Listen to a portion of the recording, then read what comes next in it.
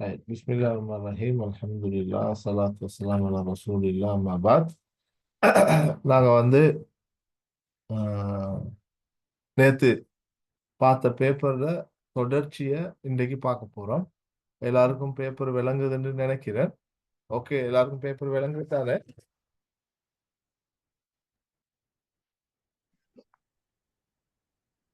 Right. இதுல நாங்க எதுவரை நேத்து பார்த்தோம், துருக்கி என்ற பகுதியிலிருந்து ஹஜ் செய்ய வருபவர்கள் மீகாத்தாக குறிப்பிட்டுள்ள பகுதி தான் நாங்க பார்த்தோம்.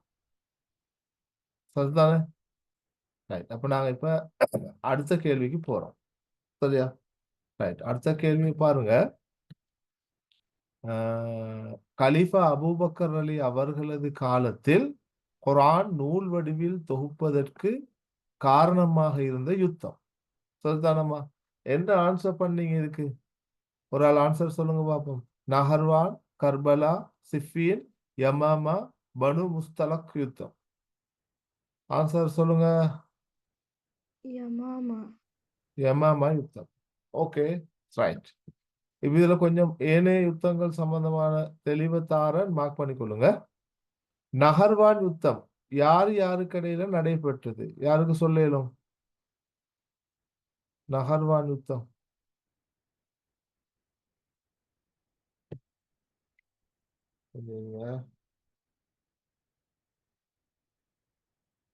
சொல்லுங்க பாப்போம். நஹர்வான் யுத்தம் யார் யாருக்கு இடையில நடைபெற்றது? யாருக்காவது ஆன்சர் தெரிஞ்சா சொல்லுங்க புலகள்.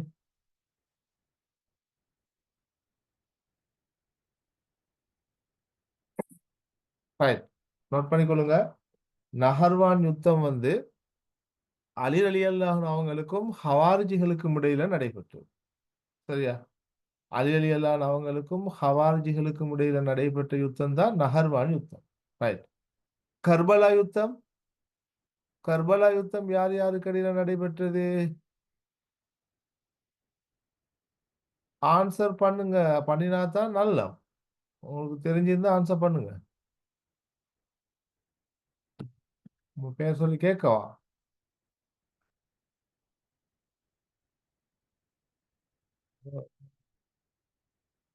அம்னா சொல்லுங்க பாப்போம். இந்த கர்பலா யுத்தம் யார் யாருக்கு இடையில நடைபெற்றது? இல்லாட்டி ஹாஜரா?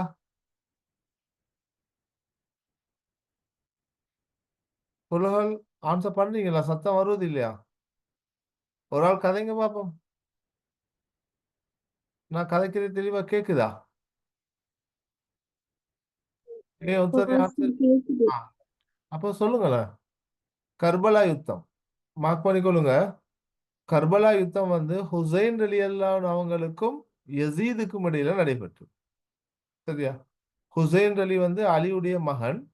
யசீத் முஆவியா அலி அவங்களோட மகன். சரியா? மார்க் பண்ணிக்கொள்ளுங்க. ஹுசைன் ரலியல்லாஹு அவங்களுக்கும் யசீதுக்கும் இடையில நடைபெற்றதுதான் கர்பலா யுத்தம். அது சொல்லுவாங்க ஆசூரா தினம் முஹர்ரம் பிறை 10. சரியா? முஹர்ரம் பிறை 10. அடுத்தது சிஃபின் யுத்தம். சிஃபின் யுத்தம் அடிக்கடி நாங்க பார்க்க வேண்டிய அல்லது படிக்க வேண்டிய தெரிய வேண்டிய யுத்தம் தான் சிஃபின் யுத்தம். அது யார் யாருக்கு இடையில் நடைபெற்றது? அலி ரலியல்லாஹு அவங்களுக்கும் முஆவியா ரலியல்லாஹு அவங்களுக்கும் இடையில நடைபெற்ற யுத்தம் தான் சிஃபின் யுத்தம். அலி ரலியல்லாஹு அவங்களுக்கும் முஆவியா ரலி அவங்களுக்கும் இடையில நடைபெற்ற யுத்தத்துக்கு தான் சொல்றது சிஃபின் யுத்தம். சரியா? பனு முஸ்தலக் பனு முஸ்தலக் கோத்திரத்துக்கும் நபிக்கும் இடையில நடைபெற்றது. அது நான் நினைக்கிறேன் யூதர்கள், யூத கோத்திரம் உண்டு. சரியா? யூதர்கள் அவங்களோட ஒப்பந்தங்களை மீறினத்தால அவங்களுக்கு எதிராக நடந்த யுத்தம் பனு முஸ்தலக் யுத்தம். ரைட். பனு முஸ்தலக் அவ்வளவு எங்களுக்கு முக்கியம் இல்ல. மற்ற யுத்தங்கள் தான் எங்களுக்கு ஆக முக்கியம். நஹர்வான், கர்பலா, சிஃபீன், யமாமா யுத்தம். ரைட். இப்ப நாங்க பார்ப்போம். 18வது கேள்விக்கு போறோம். இந்த 8வது கேள்விக்கு போறோம். சரியாமா? ரைட். மனிதனது எச்சிலோடு வேட்டை பறவைகளது எச்சிலை ஒப்பிட்டு தீர்வு எடுக்க முடியும் என்பதற்கு துணை நிற்கும் துணை மூலாதாரம். சரியா? அப்ப மனித எச்சிலோடு வேட்டை பறவையின் எச்சில ஒப்பிடுற துணை மூலாதாரம் வந்தா அங்க 2வது கருத்து இல்ல. சரியா? என்ன வரும்? இஸ்திஹ்சான் தான் வரும். சரியா? கவுலு சஹாபி, இஜ்மா, மஸ்லஹா முர்சலா, இஸ்ஹாப், இஸ்திஹ்சான். சரியா? அப்ப நீங்க இஸ்திஹ்சான் என்று வரக்குள்ள சில உதாரணங்கள் இருக்குது இல்லையா? அதுகளை நீங்க கட்டாயம் ஞாபகத்துல வச்சுக்கணும். இஸ்திஹ்சான் வரக்குள்ள சில உதாரணங்கள் இருக்குது. சரியா? உதாரணத்துக்கு இந்த வேட்டை பறவை, வேட்டை மிருகம், அது ஒரு உதாரணம். சரியா? அதாவது வேட்டை பறவைகள் தண்ணி குடிச்ச பாத்திரத்தில் இருக்கிற தண்ணி வந்து சுத்தம் என்றும் அதை எங்களுக்கு பயன்படுத்தலாம் என்றும் முடிவெடுக்கப்பட்டிருக்குது. உங்களுக்கு தெரியும், வேட்டை பறவையுடைய எச்சில் வேட்டை மிருகத்துடைய எச்சிலுக்கு தான் நாங்க டிரெக்டா ஓமிச்சு முடிவெடுக்கணும். வேட்டை மிருகங்கள் ஒரு பாத்திரத்துல தண்ணி குடிச்சா அந்த பாத்திரத்துல இருக்கிற தண்ணியை எங்களுக்கு யூஸ் பண்ண இயலாம். நபி அவங்க தடை செஞ்சுக்கிறாங்க. ஆனா வேட்டை பறவை என்று வரக்கூட அதுவும் வேட்டையாடு தான். ஆனா அது ஒரு பாத்திரத்துல தண்ணி குடிச்சா இஸ்லாமிய அறிஞர்கள் இஸ்திஹ்சான் அடிப்படையில முடிவெடுக்கிறாங்க. அது பிரச்சனை இல்ல, அதை எங்களுக்கு பயன்படுத்தலாம் சொல்லி இஸ்திஹ்சான் அடிப்படையில முடிவெடுத்திக்கிறாங்க. சரிதானே? ரைட். அதை ஞாபகம் வச்சுக்கொள்ளுங்க. அது முதலாவது விஷயம். அதாவது மனிதன் எச்சிலோடு வேட்டை பறவையின் எச்சிலை ஒப்பிட்டு சுத்தம் என்ற முடிவெடுக்கப்பட்டுச்சு. சரியா பார்த்தா மிருகத்துடைய வேட்டை மிருகங்களுடைய எச்சிலோடு அந்த வேட்டை பறவையுடைய எச்சில ஒப்பிடணும். அப்ப இன்னைக்கு நேரடியான கியாசை விட்டுட்டு மறைமுகமான ஒரு கியாசுக்கு போயிட்டு தீர்வு காணல் சொல்லி இஸ்திஹ்சானுக்கு நாங்க வரைவிலக்கணம் பார்த்திக்கிறோம். சரியா? அப்ப நீங்க அதை நீங்க பார்த்தா சரி. நேரடியான கியாசை விட்டுட்டு மறைமுகமான கியாசுக்கு போயிட்டு தீர்வு காணும். Okay, right. நீங்க நோட் எடுத்து கொடுங்கம்மா நான் சொல்ற விஷயங்களை. இஸ்திஹ்சான் இன்னொரு உதாரணம் வகையை வச்சு எங்களுக்கு உதாரணமா சொல்லிலும் இஸ்திஹ்சான் மஸ்லஹி, இஸ்திஹ்சான் லரூரி என்று ரெண்டு இருக்குது. சரியா? இஸ்திஹ்சான் லரூரி என்று சொன்னா நிர்பந்த அடிப்படையில தீர்வு எடுக்கிறது, வேற வழி இல்ல, அந்த தீர்வை எடுத்தே ஆகணும் சொல்லி இருக்குது. சரியா? யாருக்கு சொல்லலாம் இஸ்திஹ்சான் லரூரிக்கு உதாரணம்? நிர்பந்தத்துல வேற வழி இல்லாம சில முடிவுகள் எடுக்கிறது. வக்ஃப் செய்யறது. வக்குஃப் செய்யறது. வக்குஃப் செய்யறது நிர்பந்தம் இல்லை. இஸ்திஹ்சான் லரூரிக்குள்ள வராது. ஆக முக்கியமா இன்னொன்னு நீக்குது, அவுரத் மறைக்கப்பட வேண்டும். சரியா? அவுரத் மறைக்கப்பட வேண்டும் என்றது ஓ ஓ அது எனக்கு மெயினா சொல்லலாம். என்ன மாதிரி?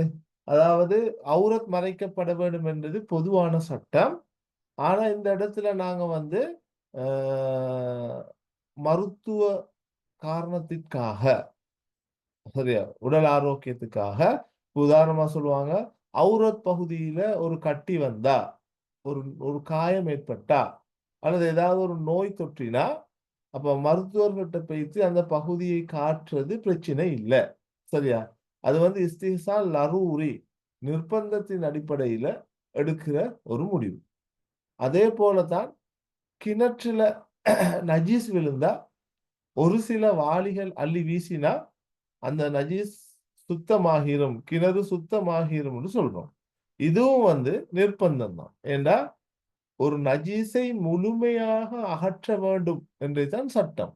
ஆனா ஒரு கிணற்றுல ஒரு நஜீஸ் விழுந்தா முழுமையா தண்ணிய வெளியில கொட்டி அதை துப்புரவாக்கி எடுக்க முடியாது.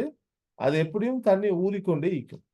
அதனால இஸ்லாமிய அறிஞர்கள் இஸ்திஹ்சான் அடிப்படையில சில வாளிகள் தண்ணியை அள்ளி வெளியே கொட்டினா ஓகே, அது சுத்தம்னு சொன்னோம். இதுவும் இஸ்திஹ்சான் லரூரிக்கான உதாரணம்.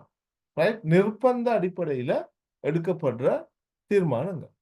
அடுத்ததுமா இஸ்திஹ்சான் மஸ்லஹி, மனித நலனை அடிப்படையாக கொண்டு தீர்வு எடுத்தது. இதுக்கு தான் அந்த மடையனுடைய வக்குஃபு ஏற்றுக்கொள்ளப்படும் சொல்லுவாங்க இல்லையா? பொதுவா மடையனுடைய சாட்சியத்தையோ எதையோ இஸ்லாத்துல இஸ்லாமிய சட்டத்துறையில ஏற்க முடியாது. ஆனா ஒரு மடையன் வக்குஃபு செஞ்ச, ஒரு மடையனுக்கு நிறைய சொத்து இருக்குது, அதை பராமரிக்கிறதுக்கு யாரும் இல்லாம அது அநியாயமா போகுது. அப்ப அந்த மடையன் என்ன செய்யறான்னா வக்குஃபு செய்யறான். வாயால நான் இந்த காணிய அல்லது இந்த கடைய அல்லாஹ்வுடைய பாதையில பள்ளிக்கு வக்ஃப் செய்யறேன்னு சொல்றான். அப்ப உடனே அந்த வக்ஃப் செஞ்சா பள்ளி நிர்வாகம் அதை பொறுப்பெடுத்து அத நிர்வாகம் செய்யற வேலையை செய்யலாம். சரியா? நிர்வகிக்கிற வேலையை செய்யலாம். அப்ப மடையனின் வக்ஃப் ஏற்றுக்கொள்ளப்படும் என்றது வந்து இஸ்திஹ்சான் மஸ்லஹி மனித நலன் அடிப்படையில எடுக்கப்பட்ட தீர்வுன்னு சொல்லு. சரியா? ரைட். இஸ்திஹ்சானுக்கு நேரடியான விளக்கம் சொல்ல கஷ்டம். நேரடியான கியாஸை விட்டு மறைவான கியாஸுக்கு போயிட்டு தீர்வு காணல்னு ஒண்ணு இருக்குது இல்லையா? மனித நலன் அடிப்படையாக வச்சு சரியா இன்னொரு தீர்வுக்கு போயிட்டு தீர்வு காணல் அப்படி பல வரை இலக்கணங்கள் இருக்குது. கொஞ்சம் பார்த்துக்கலாம். ஓகேமா? அப்ப இஸ்திஹ்சான் சொன்ன உடனே உங்களுக்கு ஞாபகம் வர வேண்டிய சில உதாரணங்கள் இருக்குது. ஒண்ணு வேட்டை பறவை, வேட்டை மிருகம். அடுத்தது மடையனின் வக்குஃபு ஏற்றுக்கொள்ளப்படுதல். அடுத்தது அவுரத் காட்டப்பட முடியும் என்ற விடயம். சரியாமா? அந்த விஷயங்களை கொஞ்சம் கவனமா நீங்க பார்த்துக்கணும். ரைட். அப்ப அது அது ஓகே. மத்தது இஸ்திஸ்ஹாப். இஸ்திஸ்ஹாப் என்று சொல்றது உங்களுக்கு நார்மலா தெரிஞ்சிக்கும். ஏற்கனவே எடுக்கப்பட்ட தீர்வ ஒரு சட்டத்தை புதிய மாற்றப்பட்ட சட்டம் வரும் வரைக்கும் தொடர்ந்து வைத்திருத்தல் சொல்லுவோம். சரியா? ஏற்கனவே நாங்க செஞ்சிட்டு வர நடைமுறைப்படுத்துகின்ற ஒரு சட்டத்தை ஆதாரபூர்வமான புதிய ஒரு சட்டம் வந்து மாற்றும் வரைக்கும் அதை தொடர்ந்து வைத்திருத்தல் தான் இஸ்திஸ்ஹாப் என்று நாங்க சொல்லுவோம். சரியாமா? ரைட். நான் நார்மலா சொல்றேன். அதை டீப்பா பார்க்கணும். உங்களுக்கு கொஞ்சம் ஞாபகப்படுத்தி விட்டுறேன். இதெல்லாம் கொஞ்சம் பாருங்க. ரைட். இஸ்திஸ்ஹாப். ரைட். இதுக்கு என்ன உதாரணம் சொல்லேலும் சஃப்ரா இஸ்திஸ்ஹாபுக்கு? இஸ்திஸ்ஹாபுக்கு வெளிநாட்டுக்கு வெளிநாட்டுக்கு போன கணவர் வந்து இறந்துட்டாரா இல்லையாண்டு ஆ வெளிநாட்டுக்கு போன கணவர் வந்து ஒரு கணவன் வெளிநாட்டுக்கு போயிட்டு 5 வருஷமோ 10 வருஷமோ இருக்கிறாருண்டா வீட்டில் இருக்கிற ஆட்கள் எல்லாம் அவர் உயிரோடு இருக்கிறார் என்ற எண்ணத்தோட தான் வாழ்வாங்க. சரி, தொடர்பு இல்லாட்டியும் கணவன் மனைவிக்கு இடையில தொடர்புகள் இல்லாட்டியும் அவர் உயிரோடு இருக்கிறார், அவர் தான் என்ன கணவன் என்று நினைச்சுதான் அவ வாழ்வா. எப்போ அந்த சட்டம் மாறும்? அவர் மரணித்து விட்டார் என்ற செய்தி ஒன்று ஆதாரபூர்வமாக எங்களுக்கு வந்தா, உதாரணமா சவுதியில சவுதி அரசாங்கம் எங்களுக்கு அறிவிக்குது, அப்படி ஆதாரபூர்வமான செய்தி ஒன்று வந்தா இப்ப இந்த மனைவி இதாயிக்கணும், அந்த கணவனுக்குள்ள இந்த கணவன் மனைவிக்குள்ள உறவு இல்லாம போயிட்டு. சரியா? அப்ப அது வரைக்கும் அவங்க வீட்டுல இருக்கிற ஆட்கள் எல்லாரும் செயற்படுவாங்க எப்படி? அந்த இந்த கணவன் மனைவியுடைய உறவு இருக்குது என்றுதான் செயற்படுவாங்க. அதே மாதிரிதான் உது உதுவோடு இருக்கிறோம். அது பிறை காண்ற விஷயங்கள் இஸ்திஸ்ஹாப்னு ஞாபகப்படுத்தணும். அந்த உதாரணம் வந்த உடனேயே உங்களுக்கு என்ன மூலாதாரம் என்றது டக்குன்னு கிளிக் ஆகணும். சரியா? அதாவது நாங்க ஏற்கனவே உழு செஞ்சிக்கிறது ஷுவர், இடையில உழு முறிஞ்சது சந்தேகம் வந்தா நாங்க உழுவோட தான் தொடர்ந்து இருக்கணும். அதே போலதான் நான் இப்ப சொன்ன இன்னொரு உதாரணம். சரியா? அதாவது என்ன உதாரணம் நான் சொன்னேன்? உழுவோடு இருக்கிற மாதிரியே இன்னொரு உதாரணம்னு சொன்ன இஸ்திஸ்ஹாபுக்கு ஞாபகப்படுத்துங்க. பிறை ரைட். அப்ப நாங்க தொடர்ந்து அதாவது 2 மாதிரி சொல்லிடுறோம். சரியா? ஷஅபான் ஷஅபான், ரமலான், ஷவ்வால். சரியா? ஷவ்வால் மாத பிறை காணும் வரை நாங்க ரமலானுடைய நோன்பை நோட்டுக் கொண்டு இப்போம். ஷவ்வால் மாத முதல் பிறை கண்டா தான் ரமலானுடைய நோன்பு இல்லை என்று பெருநாளை கொண்டாடுவோம். அல்லது மாறி சரியா? ஷஅபான், ரமலான், ஷவ்வால். ஷஅபான் மாதத்துல நாங்க நோன்பு இல்லாம இப்போம். சரியா? அப்படியே சொல்லுவாங்க. ஷஅபான் மாதத்துல நோன்பு இல்லாம இப்போம். அப்ப ரமலானுடைய பிறை கண்ட உடனேயே நோன்பு பிடிப்போம். அப்ப ஒரு ஆதாரபூர்வமான சட்டம் வரும் வரை ஆதாரபூர்வமான பழைய சட்டத்துல தொடர்ந்து இருத்தல் என்றதை நீங்க ஞாபகம் வச்சுக்கொள்ளுங்க. சரியாமா? ரைட். ஓகே. நான் உங்களை தட்டி விட்டு நான் அவ்வளவுதான். மஸ்லஹா முர்சலான்றது அது ஓகே. மனித நலன் காத்தல், மனிதனுடைய நலனை அடிப்படையாக வச்சுமா தீர்வு காண்பது. சரியா? உதாரணத்துக்கு மஸ்லஹானா உங்களுக்கு சில உதாரணங்கள் டக்குன்னு மைண்டுக்கு வரணும். சரியா? சொல்லுங்க பாப்போம், யாராவது ஒரு ஆள் மஸ்லஹான்னா என்னென்ன உதாரணம் வருவதுண்டு? அல் ஆமா, குர்ஆன் ஆ. அல் குர்ஆன் தொகுக்கப்படல் அபூபக்கருடைய ஆட்சி காலத்துல அல் குர்ஆன் தொகுக்கப்பட்டது மஸ்லஹா முர்சலாக்கு ஒரு ஆதாரம். ரைட். வேற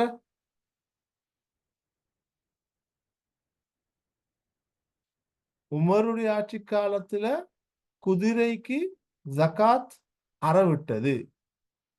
அதே மாதிரி வியாபாரம் செய்யற போது பால்ல தண்ணி கலந்தா என்ன செய்வாங்க? உமர் அலி அவங்க சட்டம் போட்டிருந்தாங்க. ஆன்சர், பால்ல பால தண்ணி. ஆ, சொல்லுங்க. பால்ல தண்ணி கலந்து இருந்தா அந்த பாலை கொட்டுவாங்க இல்லையா? அப்படி ஒரு சட்டம் இருந்துச்சு. சிறைச்சாலைகள் உருவாக்கம், அடுத்தது நாணயங்கள் வெளியீடு, இதெல்லாம் மனித தேவை, மனித நலனுக்காக உருவாக்கப்பட்ட சில விஷயங்கள். சரியா? ஒத்தன ஒரு ஒரு குற்றவாளியை திருத்துறதுக்காக சிறைச்சாலைகள் உருவாக்கப்பட்டுச்சு. சரியா? அதே போல அடுத்தது வந்து நாணயங்கள், கொடுக்கல் வாங்கல் செயற்பாட்டை இலகுபடுத்துறதுக்காக நாணயங்கள் உருவாக்கப்பட்டுச்சு. நாணய வெளியீடு என்று எங்களுக்கு சொல்லு. சரியா? இப்படியான பல பொதுவான முடிவுகள், பொதுவான சில விடயங்கள் தீர்வாக எடுக்கப்பட்டிருக்குது. அல் குர்ஆன் தொகுக்கப்பட்டது அபூபக்கர் காலத்துல. மஸ்லஹா முர்சலாண்டா எங்களுக்கு அதுகள் கட்டாயம் ஞாபகம் வரணும். ஷோட்டா சிலாக்கள் மஸ்லஹான்னு மட்டும் சொல்லுவாங்க. சரியா? அப்படின்னாலும் மஸ்லஹா முர்சலாவை தான் அது குறிக்கும். சரியாமா? ரைட். இஜ்மான்னா உங்களுக்கு தெரியும், எல்லாரும் சேர்ந்து ஏகோபித்து முடிவு. சரியா? இப்ப உண்மையிலேயே அல் குர்ஆன் தொகுக்கோணும் என்ற கருத்து மஸ்லஹா முர்சலாவுக்கும் உதாரணமா சொல்லுவாங்க. அதே போல இஜ்மாவுக்கும் உதாரணமா சொல்லுவாங்க. எல்லா அபூபக்கருடைய ஆட்சி காலத்துல எல்லா முஜ்தஹிதுகளும் ஒன்று சேர்ந்து எடுத்தாங்க. ஆனா அபூபக்கருடைய கலீஃபா தெரிவிக்குதானே, அதான் நாங்க இஜ்மாவுக்கான பிரதான ஆதாரமாக சொல்லுவோம் இல்லையா? சகீபா பனு சாயிதா என்ற நந்தவனத்துல எல்லா சஹாபாக்களும் ஒன்று சேர்ந்து அபூபக்கர் அலி அவங்கள கலீஃபாவாக தெரிவு செஞ்சாங்க. அப்ப அது வந்து இஜ்மாவுக்கான ஆதாரம். சரியா? கவுலு சஹாபியில சஹாபாக்கள தீர்ப்பு, சஹாபாக்களால் சொல்லப்பட்ட தீர்வுகள். சரியா? சஹாபாக்கள் வாழ்ற காலத்துல ஏற்பட்ட புதிய பிரச்சனைகளுக்கு தீர்வுகள் அவங்களுக்கு கிடைக்காத நேரம், குர்ஆன் ஹதீஸ்ல இல்லாத போது அந்த சஹாபாக்கள் சில தீர்வுகளை செயற்படுத்தினாங்க.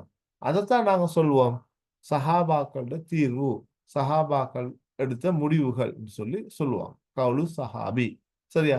கவுலு சஹாபி, மதுஹபு சஹாபின்னு சொல்லுவாங்க. ஓகே, நான் இப்படியெல்லாம் சொல்றது உங்களுக்கு பழச ஞாபகப்படுத்துறதுக்கு, தெரியாத விஷயங்களை நீங்க நோட் எடுத்து கொள்ளுங்க என்ற பகுதி. இப்படி போற நேரம் சில விஷயங்கள் எங்களுக்கு கிளியர் பண்ணி கொண்டு போகலாம். ரைட். இப்போ உங்களுக்கு வேற இந்த உதாரணங்களோட இதோட தொடர்பான வேற கேள்விகள் வந்தா உங்களுக்கு ஆன்சர் பண்ணணும். கவுலு சஹாபிக்கு வகைகள் இல்ல. சரியா? இஜ்மாவுக்கு வகை இருக்குது இல்லையா? இஜ்மாவு அக்ஸரியா, இஜ்மாவு சஹீஹ், இஜ்மாவு சுகூத்தி, இஜ்மாவு முரக்கப்னு வகைகள் இருக்குது. மஸ்லஹா முர்சலாவுக்கும் வகை இல்ல, இஸ்திஸ்ஹாவுக்கும் இல்ல, இஸ்திஹ்சானுக்கு இருக்குது இல்லையா? இஸ்திஹ்சான் லரூரி, இஸ்திஹ்சான் மஸ்லஹி. அதே மாதிரி உருஃப், ஒரு சமூகத்துல காணப்படுகின்ற நல்ல பழக்க வழக்கம், அதுல வகைக்குது. உர்ஃப் ஆம், உர்ஃபு ஹாஸ், உர்ஃபு கௌலி, உர்ஃபு ஃபிஅலி. பொதுவான வழக்காறு ஆம், குறிப்பான வழக்காறு ஹாஸ். சொல் ரீதியான வழக்காறு கௌலி, செயல் ரீதியான வழக்காறு ஃபிஅலி என்று சொல்லுவோம். சரியாமா? ரைட்.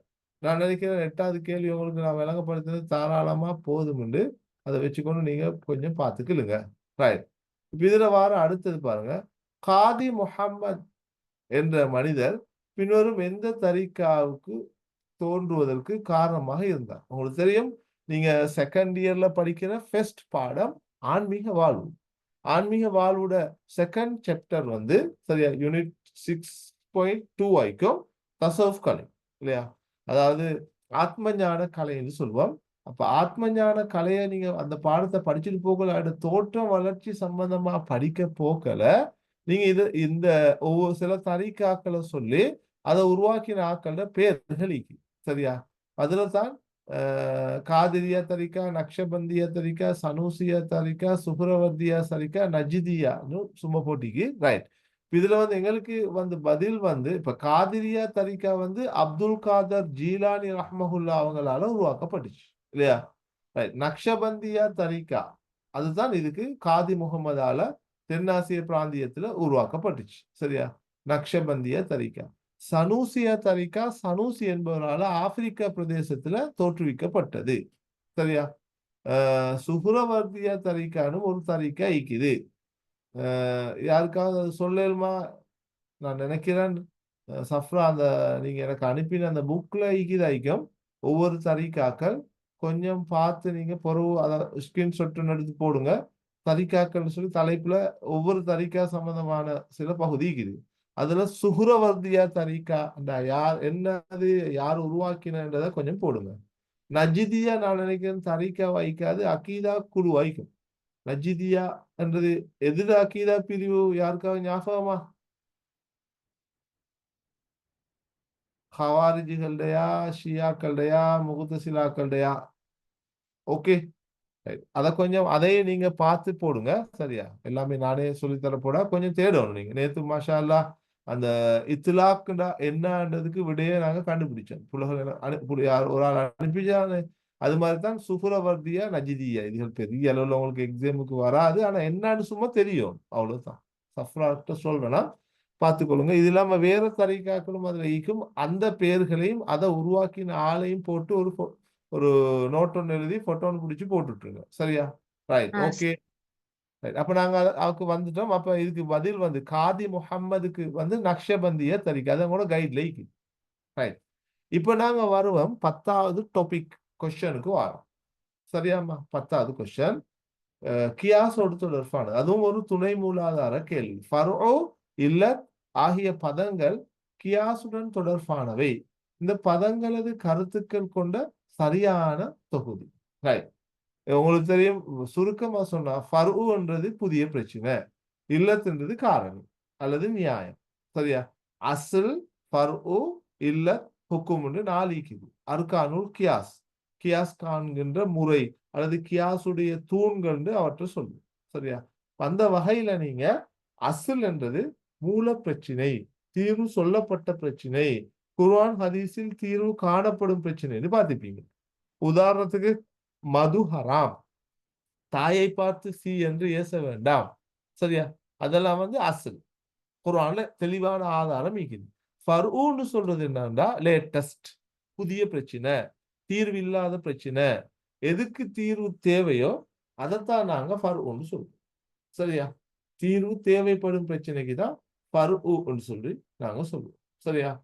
பானாவை பூனாவா மாத்திக்கொள்ளுங்க, அப்போ புதியன்னு வந்துடும். சரியா? ரைட். இல்லத் என்று சொல்றது காரணி, ஒரு தீர்வு சொல்லப்பட்டதற்கான, ஒரு முடிவு எடுக்கப்பட்டதுக்கான காரணத்தை குறிக்கும். உதாரணத்துக்கு மது ஹராம், என்ன காரணம்? போதை. தாய்க்கு ஏசுவது கூடாது, என்ன காரணம்? நோவினை செய்தல். அப்படிங்குதானே? சரியா? நாய்ப்பட்ட, பன்றிப்பட்ட, பன்றியோட எச்சில் பட்ட பாத்திரத்தை 7 தடவை கழுவணும், என்ன காரணம்? நஜீஸ். சரியா? அப்படி அந்த என்ன சொல்றது, காரணத்தை சொல்லுவாங்க. தானியத்துக்கு பகரமாக பழங்களை பரிமாறல் கியாசுல் அதுனாக்கு சொல்லுவாங்க. என்ன காரணம்? தேவை. ஒரு ஆள்கிட்ட அதிகமான தானியம் இருக்குது, அவருக்கு பழம் தேவை. ஒரு ஆள்கிட்ட அதிகமான பழங்கள் இருக்குது, அவருக்கு தானியம் தேவை. அப்ப பழத்துக்கு பகரமாக தானியத்தை பரிமாறல் சொல்லுவாங்க. சரியா? நோட் பண்ணிக்கொள்ளுங்கம்மா தெரியாதாக்கள். Right, okay. இதுக்கு பிறகு இதுல இந்த கேள்விகள் வரக்குள்ள நீங்க பிழை விடக்கூடாது. சரியா? ரைட். அப்ப இதுல இருக்கிற, அப்ப உங்களுக்கு அதுக்கு விட தெரியும் தானே. ஃபர்ஊண்டா புதிய பிரச்சனை, இல்லத்துல காரணி 4வது. சரியா? இதுல பாருங்க, பழைய பிரச்சனை அஸ்ல், பழைய பிரச்சனை அஸ்ல், தீர்வு வந்து ஹுக்கும், தீர்வு சொல்றது ஹுக்கும். Right, okay. 10வது கேள்வி நான் நினைக்கிறேன் உங்களுக்கு கிளியர்னு நினைக்கிறேன். இப்ப நாங்க 11வது கேள்விக்கு போறோம். சரியாமா? 11வது கேள்வி. ரைட். செல்வந்தராக இருக்கும் நிலையில் ஜக்காத்தை பெற முடியும் என்ற அனுமதியை பெற்ற நபர்கள். சரியா? உங்களுக்கு தெரியும், ஜக்காத் கொடுப்பட வேண்டிய கூட்டத்துக்கு 8 பேர் இருக்கிறாங்க, குர்ஆன் சொல்லுது இல்லையா? இந்த 8 பேர்ல ஃபக்கீர், மிஸ்கீன், ஆமில், முஅல்லஃபத்துல் குலூப், இப்னு சஃபீல். சரியா? வேற ரிகாப், ஃபீ சபீலில்லாஹ். ரைட், இப்படி இருக்குது. காரிமூன் 8 பேர் இருக்கிறாங்க. சரியா? இந்த 8 பேரை உங்களுக்கு ஃபுல் கிளியரா இருக்கும். இதுல வந்து பணக்காரனாக இருக்கிற நேரமும் ஜக்காத் எடுக்கல. உங்களுக்கு தெரியும், பொதுவா அந்த 8 பேர் லிஸ்ட் எடுத்து பார்த்தா அவங்க வறுமை கோட்டுக்கு கீழே வாழ்ற ஆக்களா, வருமானம் இல்லாத ஆக்களா தான் இருப்பாங்க. சரியா? ஆனாலும் இங்க நாங்க பார்க்கிறோம் ஒரு இடத்துல, அ செல்வந்தனாக இருக்கிற நேரத்திலேயும் அவருக்கு ஜக்காத்திலே ஒரு பங்கு கொடுக்கலாம். அல்லது தனது தேவையை பூர்த்திக் கொள்ற அளவுக்கு வசதி இருக்கிற ஒரு ஆளுக்கு கூட குடுக்கிறதுக்கான ஒரு இடம் இருக்குது. சரியா? அத நாங்க சொல்லுவோம். ஆமில். ஆமிலூன்கள். ஆமிலூன் என்றா ஆமிலூன அலைஹா. என்னது? ஜக்காத்தை வசூலிப்போர். ஜக்காத்தை சேகரிப்போர் என்று வரும். இன்னைக்கு ஆமில் என்ற டாபிக் ஆக முக்கியமா ஜக்காத்துல. ஏன் ஒரு செல்வந்தனாக ஈக்கிற வசதியோடு ஈக்கிற ஒருத்தருக்கு கூட இன்னைக்கு ஜக்காத் கொடுக்குமாறு இஸ்லாம் சொன்னதுக்கான காரணம் என்னன்னா, ஜக்காத் ஒரு கூட்டு கடமை. சரியா? அதுதான் ஆக முக்கியம். ஜக்காத் வந்து டீம் ஒர்க். ஒரு கூட்டா சேர்ந்து, சரியா? கூட்டாக அரவிட்டு, ஒரு கூட்டா சேர்ந்து தான் அத குடுக்கணும். தனி ஒரு ஆளோட கடமை இல்ல. ஏன்டா? ஜகாத்துடைய செயற்றிட்டங்கள் கூட்டாக நடைபெற்றாதான், ஜகாத் எதிர்பார்க்கிற விளைவுகள சமூகத்துல காணலாம். விளங்குதானே? இப்போ ஒரு ஆள் 2 பேர் ஊர்ல செல்வந்தனாயிருக்கிறான். அவன் கிடைக்கிற ஜக்காத்த கணக்கு பார்த்து, அவனுக்கு தெரிஞ்ச கஷ்டப்படுற ஆட்களுக்கு குடுக்கலாம். ஆனா, அந்த ஊர்ல அத விடவும் வறுமை கோட்டுக்கு கீழ வாழ்ற ஆட்கள் இருப்பாங்க. அல்லது அத விடவும் மோசமான ஆட்கள் இருப்பாங்க. அப்ப அந்த நேரம் நாங்க குடுத்தது அநியாயமா போயிட்டு. சரியா? ஆனா, அத என்ன சொல்லுது? அதனால தான் அல்லாஹ் அல்லது இஸ்லாம் சொல்லுது, ஜக்காத்த நீங்க கூட்டா கொடுங்க. ஊர்ல ஒரு கமிட்டி போடுங்க. பைத்துல் ஜக்காத். சரியா? அப்படி ஒரு குழுவ போட்டு, அவங்களுக்கு இந்த பொறுப்ப குடுங்க. அவங்க இத செய்யட்டும். கணக்கு வழக்கு பார்க்கிறது, யாரு கஷ்டப்படுற ஆட்கள் லிஸ்ட் எடுக்கிறது, அவங்களோட தேவைகள நோட் பண்றது, செல்வந்தர்கள பார்க்கிறது, அவங்களோட வருமானத்திலிருந்து அவங்களுக்கு எவ்வளவு வீதம் ஜக்காத் எடுக்கணும் என்ற தொகைய சொல்றது, அப்படியான ஆட்கள ஞாபகப்படுத்தி ஜக்காத் தொகைய வாங்கி எடுக்கிறது, உண்மையிலேயே மிச்சம் பொருத்தமான ஆட்கள் யாரு என்றத அடையாளப்படுத்துறது, அவங்களுக்கு ஜக்காத் பணத்தை எப்படி குடுத்தா பிரயோசனம்? காசா குடுத்தா நல்லவா? தொழிலுக்கு ஒரு பொருள வாங்கி குடுத்தா நல்லவா? இப்படியெல்லாம் பெரிய வேலை திட்டங்கள செய்யறதுக்கு ஜகாத் கட்டாயம் ஒரு கூட்டாக கொடுக்கப்படும். உங்களுக்கு கேள்வி வருமா?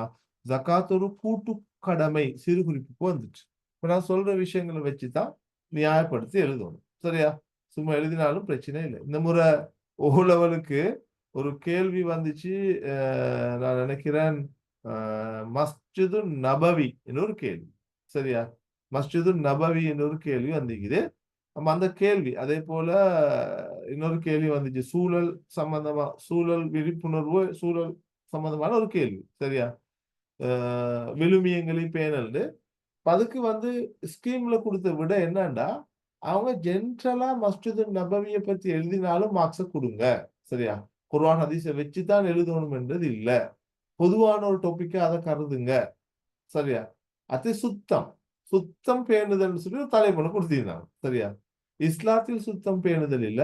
சும்மா பொதுவா சுத்தம் பேணல். அப்ப அதனால ஸ்கீம்ல குடுத்தாங்க.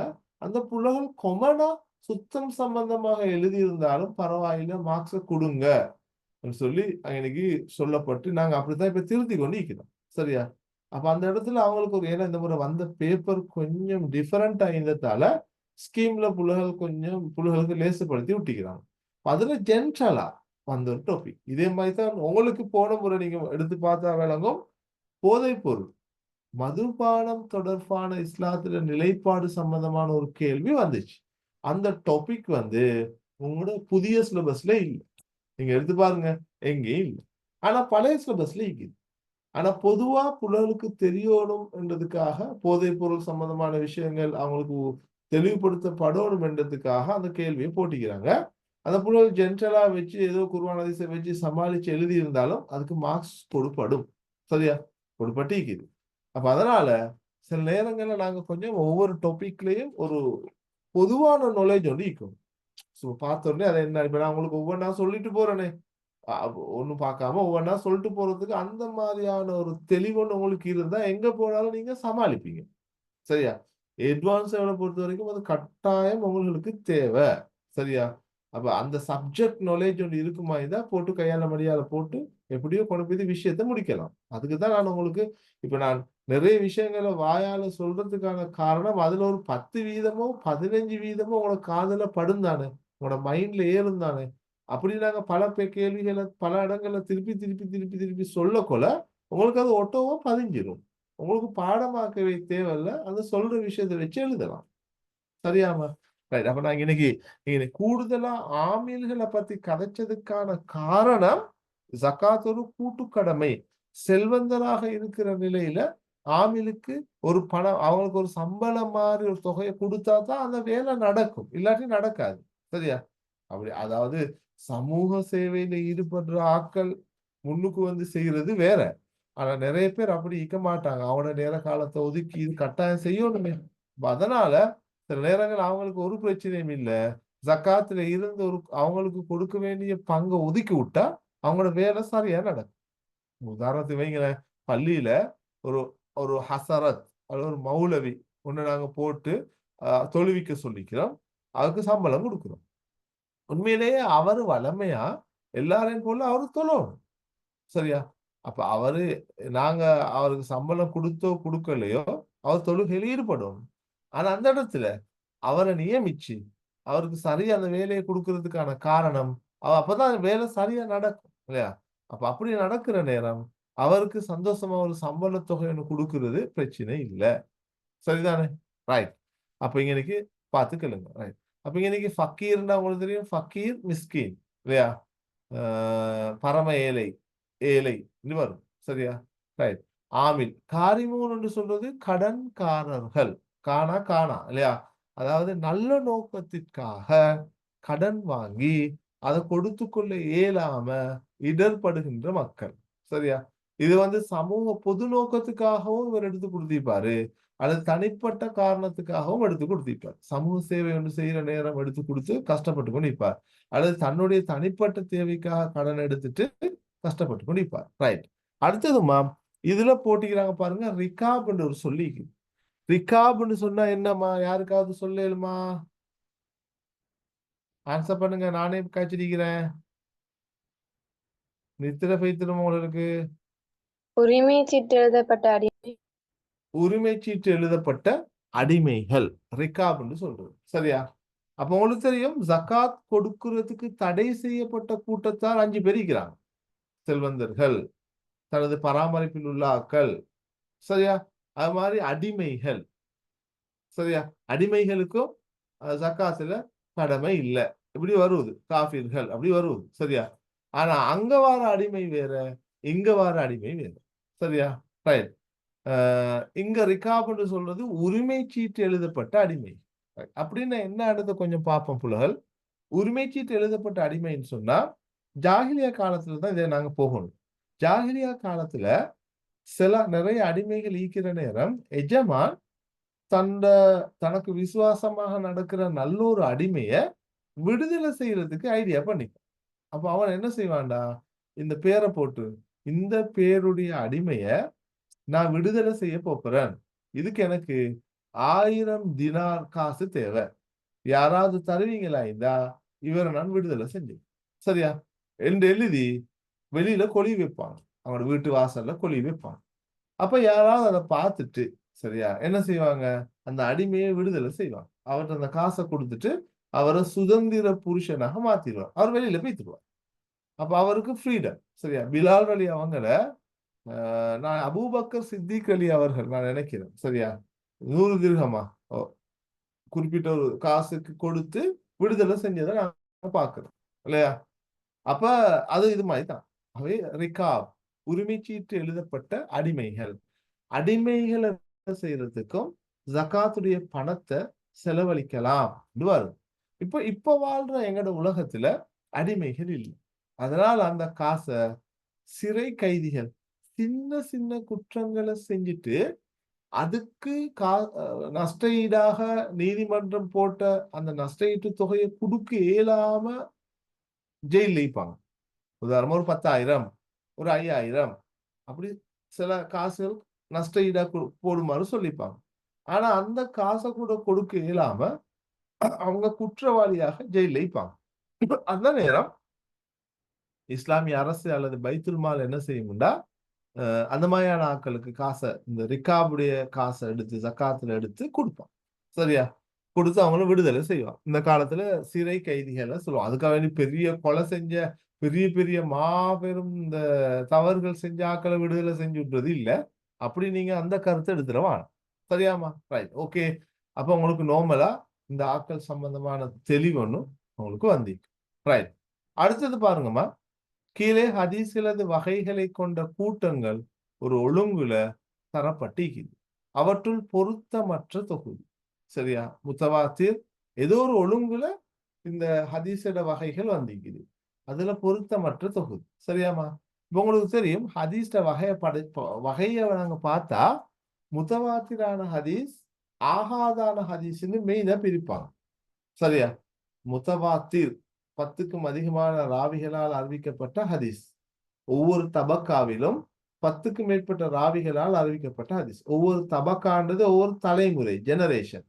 சரியா? சஹாபாக்கட காலத்துல நபிகிட்ட இருந்து நேரடியா 10 பேர் கேட்டிக்கணும். அதுக்கு பிறகுள்ள காலத்துல சஹாபாக்கள்ட்ட இருந்து நேரடியா 10 பேர் கேட்டிக்கணும். அப்படி வருது. முத்தவாத்தில் இல்லாத எல்லாமே ஆகாது. அது ஒரு வகை சரி. சரியா? பொருத்தமற்ற தானே கேட்டிக்கிறாங்க. மக்பூல் மர்து உங்களுக்கு தெரியும். ஆகாதான ஹதீஸ ரெண்டா பிரிப்பாங்க. மக்பூலான ஹதீஸ், மர்தூதான ஹதீஸ். ஏற்றுக்கொள்ளப்பட்டது, நிராகரிக்கப்பட்டது. மக்பூலான ஹதீஸ ரெண்டா பிரிப்பாங்க. சஹீஹான ஹதீஸ், ஹசனான ஹதீஸ். மர்தூதான ஹதீஸ ரெண்டா பிரிப்பாங்க. லஈஃபான ஹதீஸ், மௌலுவான ஹதீஸ். சரியா? லஈஃப், மௌலு. அப்ப அதுவும் ஓகே, அதுவும் சரியா தான் போட்டிக்கிறாங்க. முத்தவாத்திர், சஹி, ஹசன். அது கொஞ்சம் வெப்பம். அடுத்ததையும் பார்த்துட்டு வருவோம். மஷ்ஹூர், அசீஸ், கரீப். அது ஓகே. சரியா? அது வந்து என்ன, அறிவிப்பாளரின் எண்ணிக்கையை வச்சு, தனதுடைய வார அறிவிப்பாளருடைய எண்ணிக்கையை வச்சு மஷ்ஹூரான ஹதீஸ், அசீஸான ஹதீஸ், கரீபான ஹதீஸ் 3 பிரிப்பாங்க. மஷ்ஹூர்ண்டா 3 பேரால் 3 அறிவிப்பாளர் வரிசையை கொண்ட ஹதீஸ். அசீஸ்ண்டா 2 பேரால் அறிவிக்கப்பட்டது அல்லது 2 அறிவிப்பாளர் வரிசை கொண்ட ஹதீஸ். கரீப்ண்டா 1 அறிவிப்பாளர் வரிசை கொண்ட ஹதீஸ். மஷ்ஹூர், அசீஸ், கரீப். ஓகே, அதுவும் சரி. சஹி, ஹசன், லைஃப், மௌலு. சரியா? அதுவும் ஒழுங்குலதான் இங்க என்னண்டா, மக்பூல்னு மேல பாருங்க. இந்த மேல வந்திருக்கிற இந்த மக்பூல் நிக்குதான், இந்த மக்பூல்ட வகத்தாமா சஹீஹானது, ஹசன் ஆனது. சரியா? இந்த மர்தூதுட வகத்தான் லைஃப் ஆனது, மௌலுவானது. சரியா? மக்பூல்ட வகை தான் சஹி, ஹசன். மர்தூதுட வகை தான் லைஃப், மௌலு. சரி, அப்ப அதுவும் ஓகே, அதுவும் சிஸ்டமா தான் இருக்குது. இன்னைக்கு பிரச்சனைக்குரிய பகுதி வந்து 3வது முத்தவாத்திர், சஹி, ஹசன். முத்தவாத்திர் தான் அது 10க்கும் அதிகமான ராவிகளால் அறிவிக்கப்பட்ட நம்பகமான ஹதீஸ். சஹி, ஹசன் வந்து எங்க வருவது? மக்பூலுக்குள்ள வருது. அப்ப அது ஒழுங்கு இல்லை. ஆகவே டிஸ்ஆர்டர்ல இருக்குது. 12வதுக்கு 3வது தான் ஆன்சர். 12வதுக்கு 3வது தான் ஆன்சர் வரும். சரியாமா? எல்லாரும் கேட்டுக்கொண்டு தானே இருக்கிறீங்க. ஆன்சர் பண்ணுங்க. நான் தான் விளங்கப்படுத்தி கொண்டு தனியா கழிச்சுட்டு இருக்கிறேன். ஓ சார். நோட் எடுக்கிறீங்க தானே எல்லாரும்? ஓ சார். ரைட். என்னடா ரிஸ்லா, சத்தம் போடுங்க ரிஸ்லா. ஓ சார். ரைட்.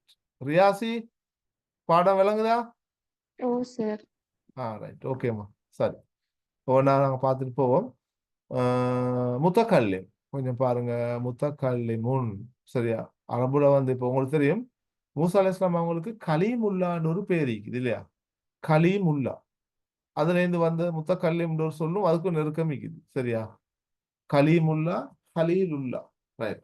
கலீமுல்லா என்று சொல்றது அல்லாஹ் தாலாவோட கதைத்தவர், பேசியவர்னு வரும். இங்கனைக்கு அல்லாஹ்வுக்கு இருக்க வேண்டிய பண்புகள் ஒன்றுதான் முத்தகல்லிமுன். தகல்லம, கலாம்லன்னு வந்துச்சு. கலாம்னா பேச்சு. கலாமுல்லா அல் குர்ஆனுக்கு சொல்ற ஒத்த சொல் தான் கலாமுல்லா. அல்லாஹ் தாலாவுடைய பேச்சு குர்ஆன்னு சொல்லுவோம். சரியா? உங்களுக்கு தெரியும் முகத்தசிலாக்கள் வந்து குர்ஆனை வந்து அந்த கருத்துல மட்டும்தான் பாக்குறாங்க. சரியா? கலாமுல்லா அல்லாஹ்வுடைய பேச்சு. முத்தசிலாக்கள் வந்து என்ன சொல்றாங்க? குர்ஆன் படைக்கப்பட்டதுன்னு சொல்றாங்க. சரியா? நாங்க சொல்லுவோம் குர்ஆன் அருளப்பட்டது. ஏன்னா குர்ஆன் அல்லாஹ் கதைச்சது, அல்லாஹ்ட பேச்சு. சரி, அது படைக்கப்படல, அது அருளப்பட்டதுன்னு நாங்க சொல்றோம். ரைட். இப்ப நாங்க வருவோம் ஏனைய சொற்களுக்கு கொஞ்சம் கேட்டு பார்ப்போம். உயிரோடு இருப்பவன் என்றதுக்கு என்ன அரபு சொல் யூஸ் பண்ணுவாங்க? சஃப்ரா சொல்லேலுமா? உயிரோடு இருப்பவன்.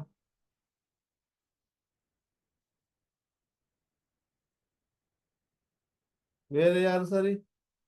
உயிரோடு இருப்பவன் சொல்லேலுமா? நூரி சொல்லேலுமா? ஹாஜரா உயிரோடு இருப்பவன். சரியா? ஒருத்தருக்கும் தெரியா? சரியா? ஹயாத்ன்னு சொல்லுவோமே நாங்க. ஹயாத், ஹயாத்தோட இருக்கிறேன். ஹயாத் இன்னைக்கு வந்து ஹையுன் என்று சொல்லலாம். ஹையுல் கையூம், ஹையுன். சரியா? ஹையுன் ஹயாத்துன் என்று சொல்லுவாங்க. ஹையுல் கையூம் உயிரோடு இருப்பவன். அப்ப அல் ஹையூ என்று சொல்லுவாங்க. நோட் பண்ணிக்கொள்ளுங்க. அல் ஹையூ அல்லது ஹயாத். ரைட். நாட்டமுடையவன். அல்லாஹ் எதையுமே நாடக்கூடியவன். அவனுக்கு அப்படியான ஒரு டேலண்ட் இருக்குது. அதுக்கு என்ன சொல்லுவாங்க? நாட்டமுடையவன். ரைட். இராதத்துன், இராதத்துன் என்று சொல்தான்மா நாட்டமுடையவன். பார்ப்பவன்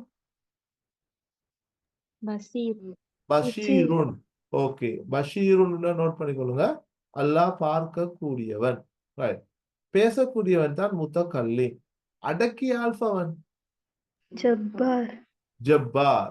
ஓகே, ஜப்பார்னு சொல்றது எல்லாவற்றையும் அடக்கி ஆளக்கூடியவன். அந்த அல்லாஹ் தாலாவுக்கு இருக்கிற அந்த பண்புகளை 41 பண்பையும் நீங்க ரெடி பண்ணிக்கணும்.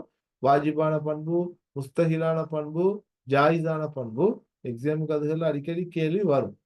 ஓகே, அது நார்மலா உங்களுக்கு தெரிய வேண்டிய விஷயம். Right. சரி, நாங்க இப்ப அடுத்ததுக்கு போறோம். சரியா? ஹதீஸ் கலையில் முஅல்லக்கான ஹதீஸ் என அழைக்கப்படுவது. உங்களுக்கு தெரியும், ஹதீஸ்ட வகையை பிரிக்கிற நேரம் அறிவிப்பாளரோட எண்ணிக்கையை வச்சு ஹதீஸை வகைப்படுத்துவாங்க.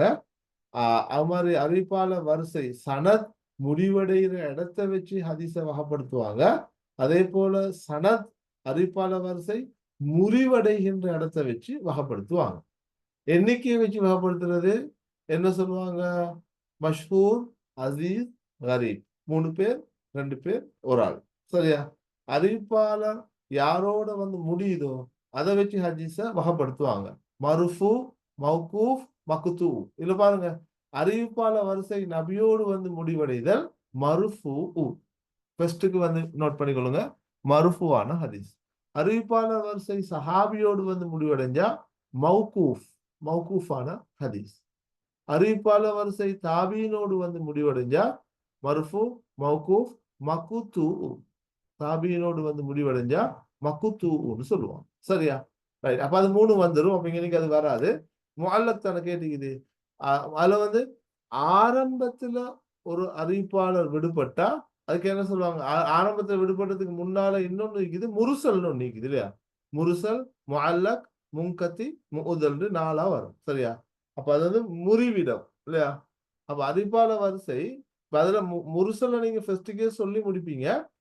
ஒரு தாபீன் தானே நேரடியாக நபியிடம் கேட்டதாக அறிவிக்கப்பட்ட ஹதீஸ். சரியா? ஒரு தாபீன் தானே நபியிடம் கேட்டு அறிவிக்கிற மாதிரி அறிவிக்கப்பட்ட ஹதீஸுக்கு சொல்லுவாங்க முருசல்.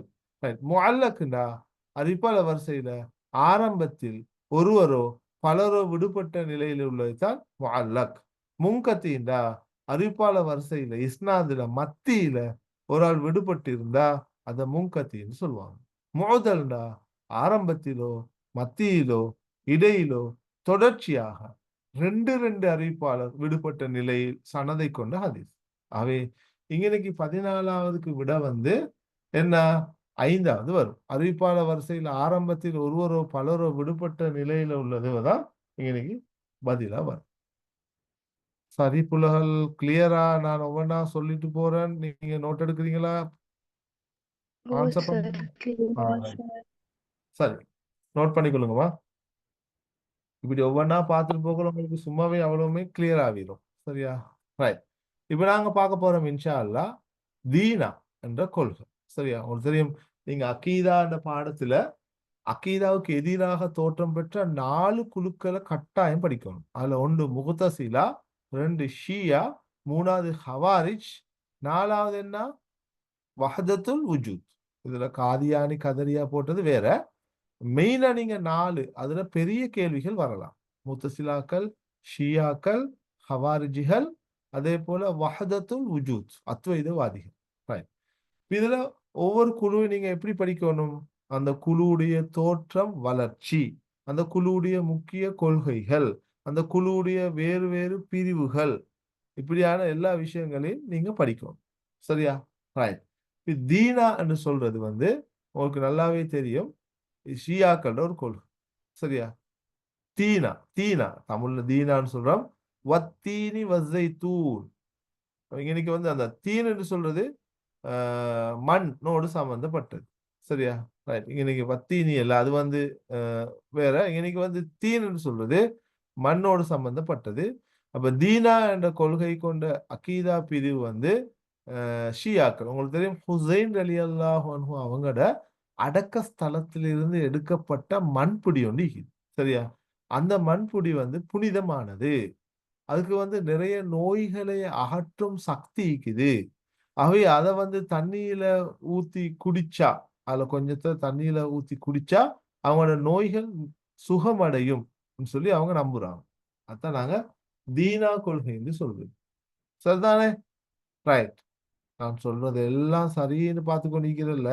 சில நேரங்களில் பிழைகள் வந்தா, சார் அப்படி இல்லை சார் இப்படின்றத சொல்லணும். Okay, right.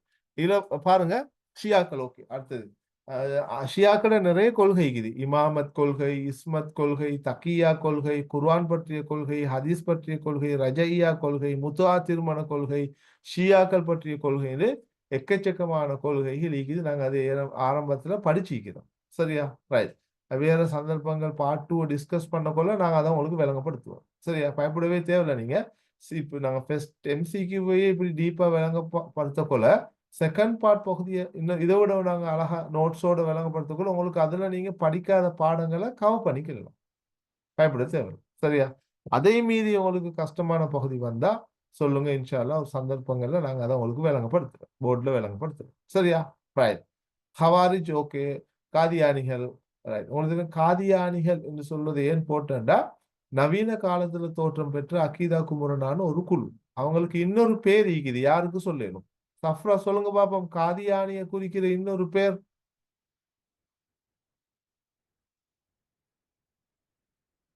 அல்லது வேற யார்? சரி, ரிஸ்லா. காதியானிகளை குறிக்கிற இன்னொரு பேர் ஒருத்தருக்குமே தெரியாதா? சாரா? தெரியாது. சவுதா? ரைட். இன்னைக்கு சொல்லித்தரம் புள்ளகள். இதுக்கு பிறகு கேட்கக்குள்ள தெரியான்னு சொன்னா தும்புக்கட்டையால தான் தரணும். சரியா? அகமதியா இப்ப தெரியுமா? அகமதியாக்கள் சொல்லுவாங்க. சரியா?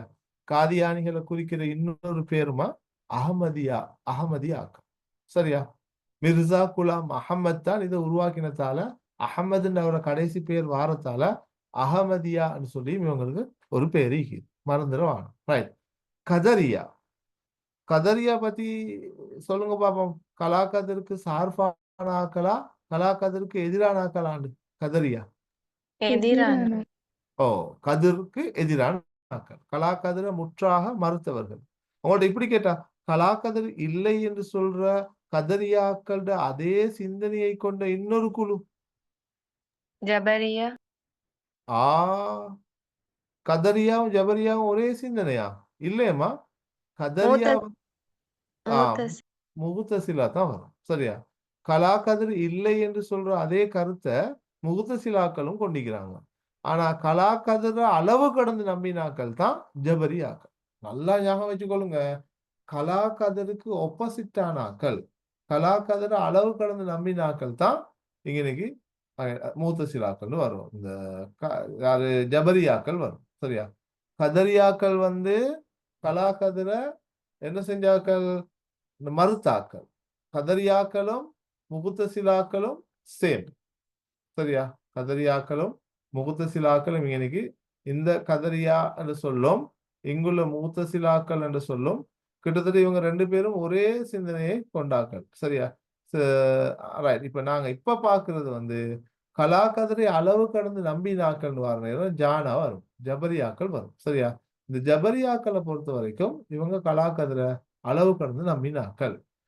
ரைட். அப்ப இதுக்கு நீங்க நோட் பண்ணிக்கொள்ளுங்க. என்ன வரும்? கலாக்கதிரை மறுத்தாக்கள், கலாக்கதிரை அளவு கடந்து நம்பினாக்கள். Right. இன்னொன்னு நான் கேட்க நினைச்சிருந்தேன், மறந்துட்டேன் எனக்கு. ஓகே. அப்ப அது சரியா? நோமலா உங்களுக்கு அது கேட்டு பார்த்தேன். பிளவுற்ற வானா கலாக்கதிர் என்பது கிடையாது. இன்னும் இப்படி கேட்டு வரும். சரியா? கலாக்கதிரை மனிதனில் சாட்டி விடுகின்ற குழுவினர். அப்படி வந்தீங்க. கொஞ்சம் குழப்புற மாதிரி. கலாக்கதிர் என்ற விடயத்தை மனிதனில் சாட்டி விடுகின்ற பிரிவினர். அப்படி வந்தா எது வரும்? கலாக்கதிரை மனிதனில் சாட்டி விடுகின்ற என்ன அர்த்தம்? எதுமா? கதறிய கதறிய தான். அதாவது நாங்க செய்யற செயல்களுக்கு பொறுப்பு அல்ல இல்ல. அதே நேரம் கலாக்கதிர என்ன மாறி நிர்பந்த நிலை கோட்பாட்டாளர்கள் இன்னொன்னு சொல்லுவாங்க.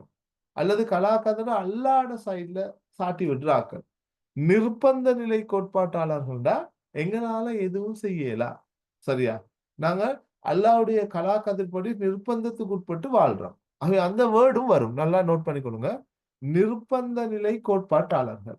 அப்ப நிர்பந்த நிலை கோட்பாட்டாளர்கள் சொல்றது யாருன்னு சொன்னா அது வந்து இன்னைக்கு இல்ல ஜபரியாக்களை குறிக்கும். இந்த நான் ஏற்கனவே போட்ட ஜபரியாக்களை அது குறிக்கிறத நாங்க பார்க்கணும். சரியா? நிர்பந்த நிலை கோட்பாட்டாளர். ரைட். ஓகே, போதும் நினைக்கிறேன். மற்ற விஷயங்கள் அந்தந்த நேரங்களை நாங்க டீப்பா பார்ப்போம். துல்கர்னைன். சரியா? துல்கர்னைன் என்ற மனிதரை பற்றி தெளிவுபடுத்தும் சூரா இதெல்லாம் வராது. சரியா? ரைட். துல்கர்னைன் என்ற மனிதனை பற்றி தெளிவுபடுத்தும் சூரா. ரைட். இதுல வந்து உங்களுக்கு தெரியும் சூரத்துல் கௌஃப், புகைவாசி இல்லையா? இதுல நீங்க கவனமா விளங்கணும். நபி அவங்கள்ட்ட பேத்து 3 கேள்விகள் குறைஷி காவியர்கள் கேட்கிறாங்க இல்லையா? அந்த 3 கேள்விகளும் நபி அவங்களுக்கு தெரியாத பழைய வரலாற்றோடு சம்பந்தப்பட்ட கேள்விகள். அதுல ஒண்ணுதான் யாருக்கு சொல்லல 3 கேள்வியும் என்னாண்டு. முதலாவது கேள்வி என்னம்மா? தோட்டக்காரர்கள் பற்றி கேட்டது, குகைவாசிகள் பற்றி கேட்டது. அஸ்ஹாபுல் ஜன்னதான் தோட்டவாசிகள் பத்தி கேட்டது. அஸ்ஹாபுல் கௌஃப் குகைவாசி பத்தி கேட்டது. அஸ்ஹாபுல் அஸ்ஹாபில துல்கர்னை இரு கொம்புகளை உடையவர் என்ற கருத்து. துல்கர்னைன் என்ற மன்னனை பத்தியும் தோட்டவாசியை பத்தியும் அதே போல குகைவாசியை பத்தியும் கேட்டாங்க. ஒருத்தர் நீங்க அஸ்பாபு நுசூல் என்ற பாடத்தை படிக்க போகல இது வந்திக்கும். கேட்கப்பட்ட கேள்விகளுக்கு பதிலாக குர்ஆன் வசனம் இறங்கியது. கேட்கப்பட்ட கேள்விகளுக்கு பதிலாக குர்ஆன் வசனம் இறங்கிய சந்தர்ப்பங்கள் நாங்க பார்த்திக்கிறோம். சரி, அந்த வகையில தான் சூரத்துல் கௌஃப் வந்து இப்படிதான் இறங்கிச்சு. அதாவது அதாவது பழைய மார்க்கத்தை படிச்ச பாதிரிமார்கள்ட்ட போயிட்டு இந்த குறைஷி காஃபிர்கள் பழைய அவங்களோட வேதங்களில் உள்ள வரலாற்றோடு சம்பந்தப்பட்ட விடயத்தில இருந்து 3 கேள்விகளை நீங்க எடுத்துட்டாங்க. இதை நாங்க முஹம்மதுட்ட பேசி கேட்போம். அவருக்கு நிச்சயமா இது தெரியாது. அப்ப அவரை பொய் நபி என்றதை எங்களுக்கு நிறுவலாம்னு அந்த 3 கேள்வியும் தான் இது. சரியா? ஆனா அல்லாஹ் தாலா அதுக்கு பதிலாக சூரத்துல் கௌஃப் குகைவாசிகள் என்ற பெயர்லயே அந்த சூறாவை இறக்குறோம். ஓகேமா? ரைட். இதுல இருக்கிற பாருங்க பக்கரா உங்களுக்கு ஸ்பெஷல் என்ன? பக்கரா பத்தி சொல்ல வந்த சூரத்துல் பக்கரால இருக்கிற ஸ்பெஷல் என்ன? 286 வசனங்களை கொண்டிருக்குது. தர்தீபு திலாவத் படி இருக்கிற 2வது சூரா. குர்ஆன்ல இருக்கிற மிகப்பெரிய சூரா. குர்ஆன்ல இருக்கிற மிகப்பெரிய வசனம் அமைஞ்சுள்ள சூரா. கடன் பத்திய வசனம் அதுல தான் இருக்குது. சரியா? பக்கரானா பசு மாட்டை குறிக்கும். அந்த மாதிரியான விஷயங்கள் அதுல வருவது. சரியா? ரைட். சூரத்துல் பக்கரா ஓதப்படும் வீடுகளுக்கு ஷைத்தான் வரமாட்டான். ஹதீஸி. ரைட். அன்பியாண்டா என்ன அர்த்தம்? யாருக்காவது சொல்லலுமா? சூரத்துல் அன்பியா. அன்பியாண்டா நபிமார்கள். ஜஸாக்கல். அன்பியா என்று சொல்றது நபியிட பன்மத்தாம், அது நபிமார்களை குறிக்கும். ஓகே. கசஸ்ண்டா என்ன?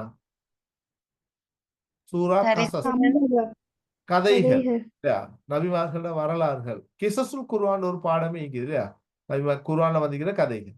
நிசான்னு சொல்றது பெண்கள். பெண் பெண்கள். இல்லையா? Right. அதே போல இன்னொரு ஃபேமஸான ஒரு சூறா ஒன்று இருக்குது, சூரா நூர் இல்லையா, சமூக வாழ்வு சம்பந்தமா வர விளக்கப்படுத்துற ஒரு பகுதி சூரத்து நூர். அதுவும் உங்களுக்கு தெரியும் சரியா. அந்த சமூக மாற்றம் சம்பந்தமா பேசுற சூறாக்களை சூரா நூரை சொல்லுவோம். Right, okay. அப்ப நார்மலா அவங்களுக்கு சொன்ன இதுகளை பார்த்துக்கிறங்க, பக்கரா, அன்பியா, கவுஃப், கசஸ், நிசா என்ற விஷயங்கள். ரைட். இந்த நிசா வச்சு இன்னொரு கேள்வி கேட்கிறேன். கதுஃபு நிசா என்று சொல்ற ஒரு சொல் ஒன்று வருவது சரியா, கதுஃப் சரியா, கதுஃபு நிசா. ரைட், கதுஃபு நிசாண்டா என்ன, யாருக்கு தெரியும்? இட்டு கட்டப்பட்ட ஆமா, இட்டு கட்டப்பட்ட ஓ, இட்டு கட்டப்பட்ட. ஓ, இன்னும் கொஞ்சம் அழகா சொல்லுங்க, அதை நீங்க சொல்றீங்க சரி, இன்னும் கொஞ்சம் அழகா சொல்லுங்க. கதுஃபு நிசா அதாவது பெண்கள் மீது பெண்கள் மீது அவதூறு கூறுதல். இட்டு கட்ட அவதூறு கூறுதல் சரியா. கதுஃப், கதுஃப்னு தானே, என்ன தண்டனை அதுக்கு? பெண்கள் மீது அவதூறு கூறினா இஸ்லாமிய ஷரியாவுல என்ன தண்டனை? 80 கசேரி. 80 கசேரி. ஓ, அவதூறு கூறுறதுக்கு 80 கசேரிகள் கொடுப்பாங்க. ஓகேம்மா, நோட் பண்ணிக்கொள்ளுங்க. நான் சொல்லித்தர பல விஷயங்கள் ஏதோ ஒரு வகையில் உங்களுக்கு ஹெல்ப் ஆயிக்கும், தெரியாட்டி கட்டாயம் நோட் எடுத்துக் கொள்ளுங்க. ரைட், தாஅத்து ரசூல், இது வந்து ரசூல் ஸல்லல்லாஹு அலைஹி வஸல்லம், அதாவது ஆமன்து பில்லாஹி வ மலாயிகத்திஹி வ குதுபிஹி வ ருசுலிஹி, குதுப் ருசுல் அந்த பாடத்துல வருது. தாஆ சரி, தாஆன்னு சொல்றதுமா நேரடி கருத்து கட்டுப்படுதல். தாஅத்து ரசூல், தாஅத்துல்லா அல்லாஹ்வுக்கு கட்டுப்படுதல், தாஅத்து ரசூல் ரசூலுக்கு கட்டுப்படுதல். ரைட், இதுல இருக்கிற அடுத்து வருவோமா, அல்லாஹ்வின் தூதர் மீது அன்பு வைத்தல், அதுக்கு என்ன சொல்லுவாங்க? அன்பு வைத்தல் ஆன்சர் பண்ணுங்களேன், நானே தான் கட்டிட்டீங்க. ஓ, மஹப்பா அல்லது மஹப்பத்துல்லான்னு வரும் சரியா. மஹப்பா அல்லது மஹப்பத்துல்லான்னு வரும். ரைட், அப்ப இன்னைக்கு அன்பு வைத்தல் சொல்லுக்கு மஹப்பா. ரைட், அல்லாஹ்வின் தூதருக்கு கட்டுப்பட்டு பார்த்துட்டோம். முகமது நபி அவர்கள் இறுதி நபித்துவம், இறுதி நபித்துவத்தை என்ன சொல்றது? இறுதி நபித்துவத்தை காத்தமின் நபுவத். ஓ, ஹாத்தமுன் நுபுவா, இறுதி நபிக்கு ஹாத்தமுன் நபி, இறுதி நபித்துவம் ஹாத்தமுன் நுபுவா. ஓகே ஓகே, ஹாத்தமுன் நுபுவான்னு வருமா. ரைட், அல்லாஹ்வின் தூதருக்கு உதவுதல், உதவுறதுக்கு நஸ்ர்ன்னு சொல்லுவாங்க, நஸ்ரு ரசூல் அப்படி வாரது இல்லை, சும்மா போட்டிக்கிறேன்.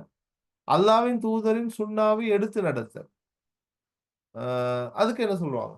சுன்னாவை பின்பற்றல், சுன்னாவை எடுத்து நடத்தல். இதுக்கு சும்மா ஒரு அரபுல சொல்லுவாங்க இத்திபா என்ற ஒரு சொல் பயன்படுத்துவாங்க. ஈனா இத்தன்னா இத்திபா சொல்லணும் சரியா.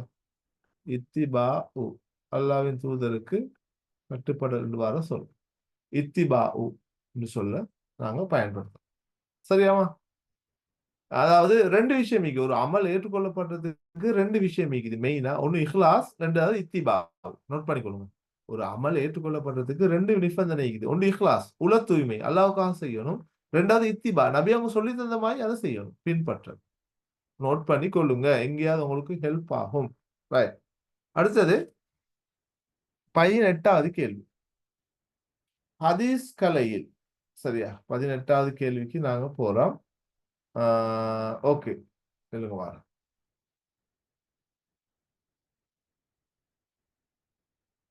வாசிங்க. ஹதீஸ் கலை, ஹதீஸ்கள் நூல் வடிவில் தொகுப்பதற்கு காரணமாக இருந்த கலீஃபா சரியா. ஹதீஸ்கள் நூல் வடிவில தொகுக்கப்படுறதுக்கு காரணமாக இருந்த கலீஃபாவை கேட்டீங்க. Right, Umar ibn Abdul Azeez, எந்த கதையும் இல்லை சரியா. நல்லா ஞாபகம் வச்சுக்கொள்ளுங்க, ஹதீஸ் தொகுக்கப்பட்ட வரலாறு இவருடைய காலம் தான் மெயின் இல்லையா. உமர் இப்னு அப்துல் அசீஸ் உடைய காலம், அவருக்கு சொல்லுவாங்க 2ஆம் உமர். ஹிஜ்ரி 99ஆம் ஆண்டு ஆட்சி எடுத்து 101 2 வருஷம் தான் ஆட்சி செஞ்சார் சரியா. ரைட், அப்ப உமர் இப்னு அப்துல் அசீஸ் ரஹ்மஹுல்லா அவங்கள காலம். ரைட், கலிஃபா ஹாரூன் ரஷீத், முஆவியா, உமர் இப்னு கத்தாப், கலிஃபா மாமூன் அவங்க எல்லாம் இதுல சம்பந்தப்பட்டது இல்ல நூல் வடிவில். ஏன்னா இவர் ஆட்சி காலத்துல தான் முதலாவது ஹதீஸ் கிரந்தம் தொகுக்கப்பட்டுச்சு. முதலாவது ஹதீஸ் கிரந்தம் எது? இஸ்லாமிய வரலாற்றுல தொகுக்கப்பட்ட முதலாவது ஹதீஸ் கிரந்தமாக கருதப்படுற புத்தகம் எது? சஹீஹ் முஸ்லிம். என்னமா? சஹீஹ் புகாரி பில. சஹீஹ் புகாரி சஹீஹ் முஸ்லிம் எல்லாம் பிறகுதான் தபு தாபிங்கிற காலத்துல.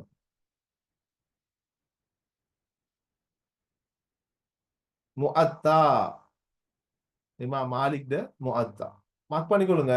சரியா? முதலாவதாக முஅத்தாவை தான் நாங்க சொல்லுவோம். சரியா? ரைட். முஅத்தா என்ற விஷயத்தை நீங்க மார்க் பண்ணிக்கொண்டா சரி. முஅத்தா இது இதை எழுதினால் யாரு? சொல்லுங்க. முஅத்தா என்ற புக்கை எழுதினால், நூல் எழுதினால் இமாம் மாலிக். இமாம் மாலிக். ஓகே, இதெல்லாம் பேசிக்ல தெரிஞ்சுக்கொள்ள வேண்டிய விஷயங்கள். இமாம் மாலிக் ரஹ்மத்துல்லாஹி அவங்க தான் முதலாவது ஹதீஸ் கிரந்தத்தை தொகுத்தாங்க. முஅத்தா அது ஃபிக்ஹ் நூலாகவும் சட்ட நூலாகவும் தொழிற்படுது, ஹதீஸ் நூலாகவும் தொழிற்படுது. சரியா? இப்படி சொன்னா தாபீங்களுடைய காலத்துல, தபு தாபீன் இல்ல, தாபீங்களுடைய காலத்துல உருவாக்கப்பட்ட 3 ஹதீஸ் கிரந்தங்கள். ஒன்று முஅத்தா, வேற நோட் பண்ணிக்கொள்ளுங்க. தாபீங்களுடைய காலத்துல தொகுக்கப்பட்ட 3 ஹதீஸ் கிரந்தம். ஒன்று முஅத்தா, ரெண்டாவது முஸ்னத் அஹ்மத், மூணாவது சீரா, சீரத்து ரசூல். சரியா? இமாம் இஸ்ஹாக் ரஹ்மத்துல்லாஹி அவங்களால தொகுக்கப்பட்டுச்சு சீரா. சீரா, முஅத்தா, அதே போல இன்னொன்னு சொன்னேன்னா முஸ்னத் அஹ்மத். நோட் பண்ணிக்கொள்ளுங்க. இது வந்து தாபீங்களுடைய காலத்துல, உமர் இப்னு அப்துல் அசீஸ் உடைய காலத்துல தொகுக்கப்பட்ட பிரபலியமான சில புத்தகம். ரைட். ஓகே, அடுத்தது 20 வரைக்கும் நாங்க பார்ப்போம். பின்வரவற்றுள் எது முத்தஷாபிஹான வசன வகைக்குள் அடங்கும்? ரைட். முத்தஷாபிஹான வசன வகைக்குள்ள அடங்கும். இப்போ உங்களுக்கு தெரியும், வசனங்கள் குர்ஆன்ல வந்திருக்கிற வசனங்களை ரெண்டா பிரிப்பாங்க இல்லையா?